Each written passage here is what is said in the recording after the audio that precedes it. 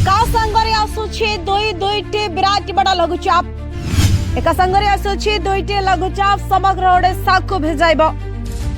आसुछि दुईटी लघुचाप भिजिब पूरा ओडिशा एका संगरे आसुछि दुईटी लघुचाप मे शेष सप्ताह बेलू बंगोपसागर और अरब सागर में लघुचाप संभावना रहिबो तेबे काली परठारु आरंभ हो सारी लघुचाप प्रकोप तेबे कर्नाटक उपकूल में घूर्णिबलयर संभावना रही 22 मे तारीख बेलू यह लघुचाप रूप नेब और यह लघुचाप अधिक घनीभूत होबार आशंका रही जहां आईएमडी सूचना दे सारी 27 मे तारीख जहाँकि मे मास 27 तारीख बेलू पूर्व केन्द्रीय बंगोपसागर तथा यार संलग्न अंचल में आउ एक घूर्णिबलय सृष्टि हो पारे बोली अनुमान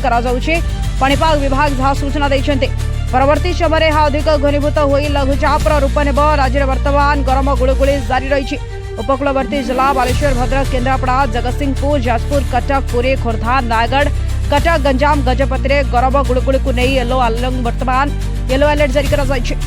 आगामी 3 दिन पर्यंत कालबैशाखी वर्षा नहीं ऑरेंज अलर्ट जारी करपटे मे मास 23 तारीख पर्यंत राज्य में